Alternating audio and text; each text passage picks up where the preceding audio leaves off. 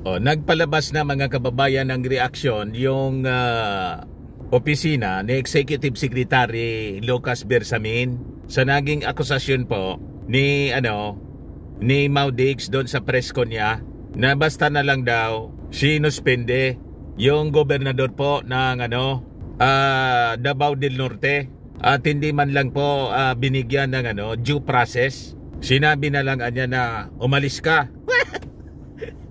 Yan ang sabi ni Digong, mga kababayan. Ito yung sabi ni Digong doon sa press con.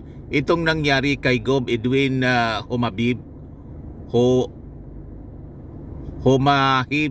Humahib pala, na basta na lang pinaalam sa kanya na umalis ka. It violates the due process of law. Very important, yang no person shall be denied the equal protection of the Constitution. Tanggalin mo ang tao mo na walang rason. Nagde-demand, mga kababayan, ng due process si Mau Diggs. Noong panahon po ba ninyo may binigay kayong due process doon sa mga natukang-tukang na EJK? Libo-libo yung na EJK. Nagka-due process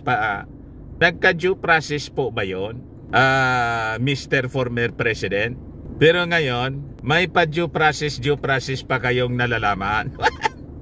Sabi niya dito, you must remember that the governor of North Davao has been elected by the people. Hindi yan trabahante na inappoint mo, tapos tatanggalin mo. We have to respect the will of the people of the North Davao. Po respeto naman, sabi ng dating Pangulong Mau Diggs, mga kababayan. Kasi, mga kababayan, ang akusasyon nila, ginigipit daw yung gobernador.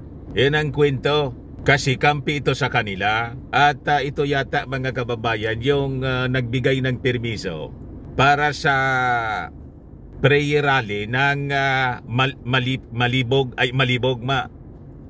Ano ngayon? Maisog pala.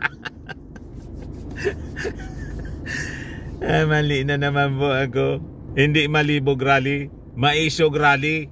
Yung gagawin po bukas, mga kababayan, Anti-Marcos rally. So yun, mga kababayan, ang pinapalabas ng kampo ni Mau Diggs. Pinipersonal itong gobernador ng Davao del Norte. May kaso pala yun, mga kababayan. Matagal na rin. Nireklamo yata ng board member. Kaya, mga kababayan, ito yung paliwanag ng Office of the Executive Secretary ni Executive Secretary Lucas Bersamin po. Ayan po, Statement of Executive Secretary Lucas Bersamin. Basahin ko po sa inyo. Opisyal na pahayag ni Executive Secretary Lucas P. Bersamin ukol sa ipinataw na 60-day preventive suspension kay Governor Edwin Humahib pala po.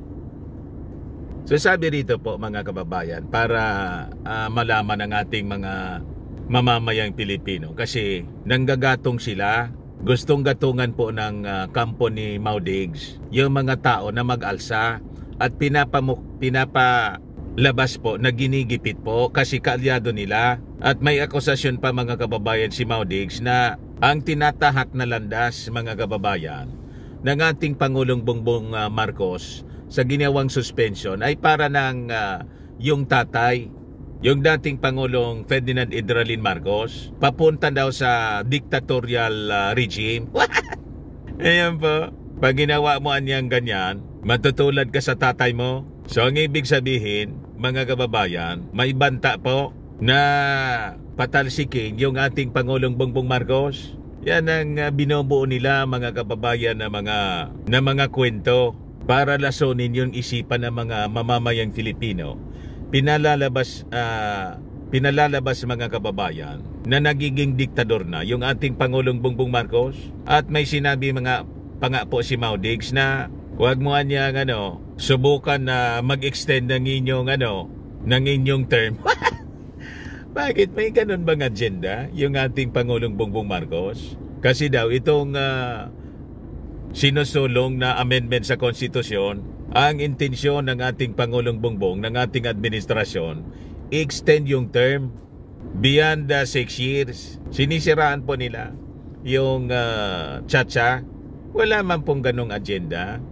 Purely economic po ang Chacha, pero ganon ang kanilang gustong palabasin.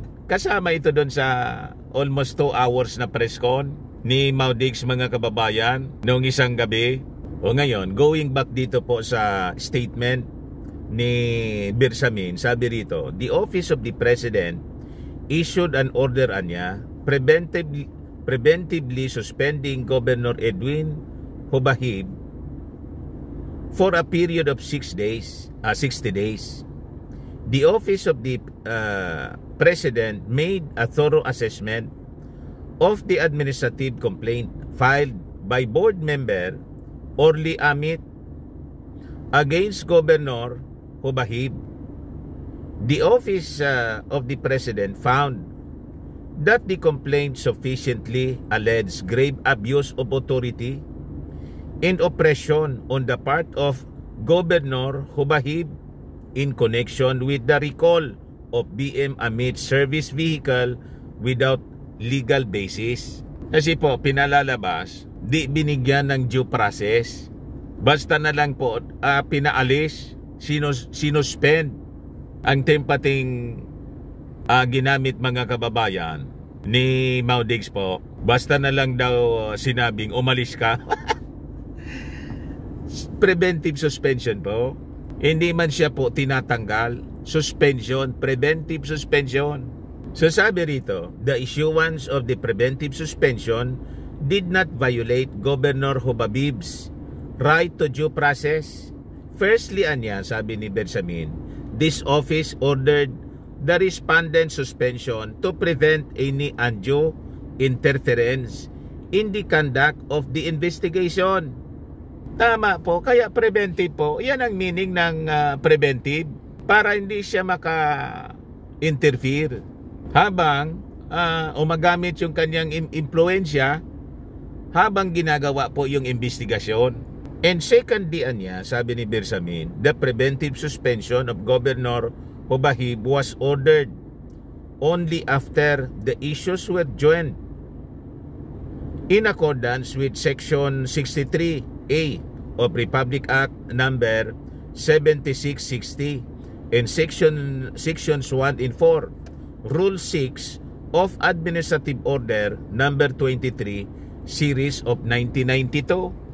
So the Office of the President remains committed to ensuring transparency and fairness in all administrative proceedings. So yan po ang rason, mga kababayan. And malinaw po sa kahulugan ng preventive suspension. So sabi rito, the legal context in the Philippines nitong tinatawag na preventive suspension. It is a tool that can be used by employers to temporarily remove an employee from his or her post while an investigation into alleged misconduct is ongoing. So ganon, mga kababayan, ang in effect, yan ang ginawa ng Office of the President. So sinabi po kasi, nag-react si Maudigs, sinasabing di binigyan po ng due process. Basta na lang daw sinabihan, umalis ka. Or pinaalam sa kanya, doon sa gobernador, na umalis ka niya. May nalalaman ka pang due process mo dyan. May due process na binigay. Walang reputasyon ang administrasyon na to, mga kababayan, na hindi bigyan ng fair play ang isang tao. Pero kayo po, nung panahon ninyo, yung AJK, walang due process. Yun ang walang due process. Sentensyado agad. Death sentence. You see? Yun ang malala. At ang involved doon, ang biktima, libo-libo po. Madaling sabi po, Maudigs, wala kayong moral ascendancy na magsabi ng due process. Kasi di hamak na may due process po sa administrasyon ng ating Pangulong Bongbong Marcos ang wala po noong panahon ninyo. Tama pa? Ito po yung suspending gobernador. Sabi rito sa report ng Manila Bulletin, no violation of Hubahib's right to due process in suspension, sabi po ng Palasyo Malacanang. Executive Secretary Lucas Bersamin on Saturday maintained that Davao del Norte Governor Edwin Hubabib's right to due process was not violated when the Office of the President ordered his preventive suspension for 2 months following complaints of grave abuse of authority and oppression. So yan man lang po mga kababayan yung paglilinaw ng Palasyo Malacanang na gusto nating ipaabot sa inyo kasi gustong manggatong itong dating Pangulo, nanggagatong po ng gulo para umalsa ang mga tao, mag people power laban sa ating Pangulo kasi nagiging diktador na niya. Yan ang agenda nila mga kababayan. Ayan man lang po. Ako po si Dante Maravillas. Bye-bye. God bless.